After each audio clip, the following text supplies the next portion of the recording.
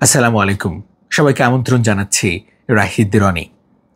NCP বা জাতীয় নাগরিক পার্টির প্রধান, যিনি আহ্বায়ক নাহিদ ইসলাম ফাহিম, ডাকনাম ফাহিম, নাহিদ ইসলাম প্রধানমন্ত্রী হচ্ছেন এমনটাই শুনছি কারো কারো স্ট্যাটাসে, এবং সেটা যখন প্রতিষ্ঠিত হয় এনসিপি তখন থেকেই হাসনাত সার্জিসরা মন্ত্রিত্ব পাচ্ছে, বড়ভাবে বিশাল ব্যবধানে জয়ী হচ্ছে। নাসিরউদ্দিন পাটোয়ারি থেকে শুরু করে অনেকেই বলছে গণজোয়ার হবে এনসিপি। প্রশ্ন হলো, তারেক রহমান তাহলে কি হচ্ছেন? এত বৃহৎ একটি রাজনৈতিক দল বিএনপি ভেসে আসছে 15-16 বছরের রেজিম, স্বৈর শাসন, দুর্নীতি যুক্ত বাংলাদেশ, যেখানে সেখানে আইনকে ভুলণ্ঠিত করা, সেই সময় পেরিয়ে এক নতুন বাংলাদেশের গল্প বলা হয়। সেই গল্পের নায়ক তো তারেক রহমান। সেই গল্পের প্রতিষ্ঠিত প্রধানমন্ত্রী তো তিনি।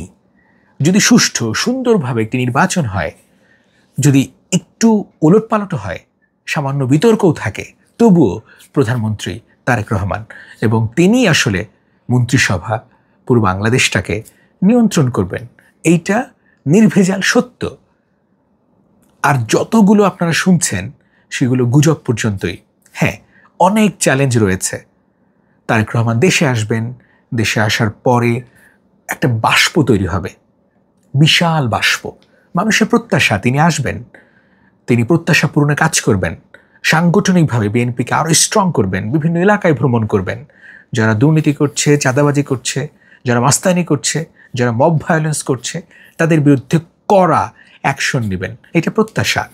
যারা এখনও কোনো দলভুক্ত হয়নি তারাও প্রত্যাশা করে তারেক রহমানই আস্থা, তারেক রহমানই মুক্তি।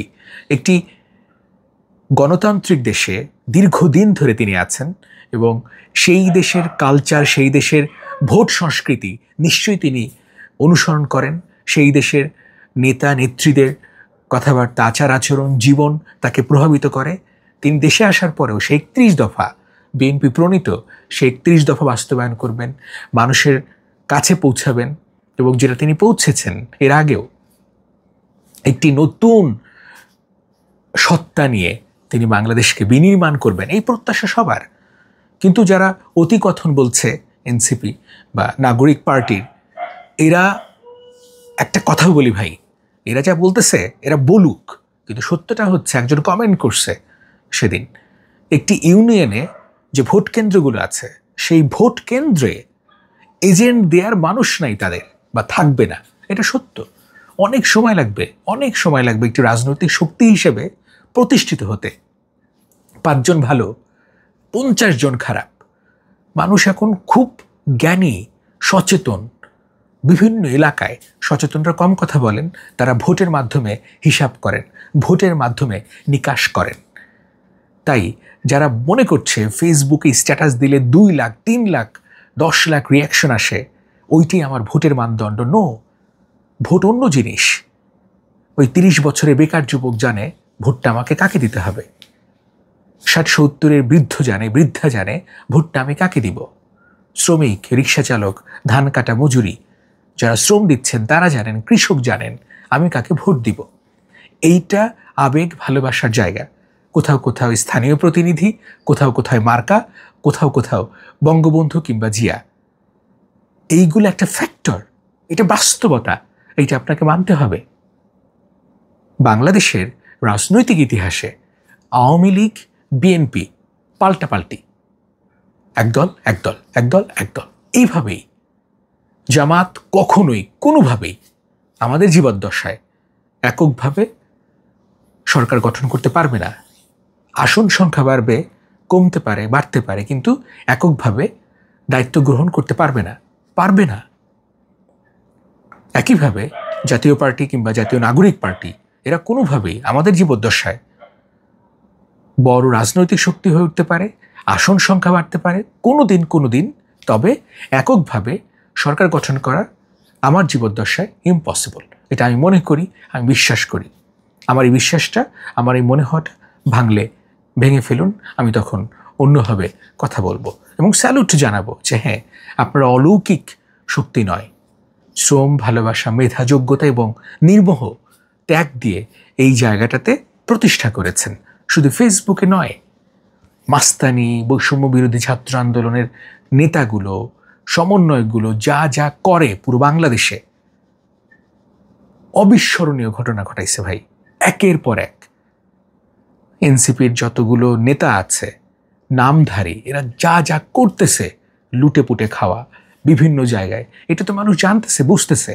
কোথায় আস্থা রাখবো? কি করলাম আমরা? 5 আগস্টের পরে কাদের হাতে ক্ষমতা? এই যে মানুষের চিন্তা, এই যে মানুষের ধারণা, এইটা ভাঙবেন কি করে? 1 মাস, 5 আগস্টের 1 মাস আগেও, মানে জুলাইয়ের আগেও হাসিনা ছিল পরাক্রমশালী, 1 মাস লাগছে। এখন 15 দিন, 1 মাস বা 2 মাস লাগবে।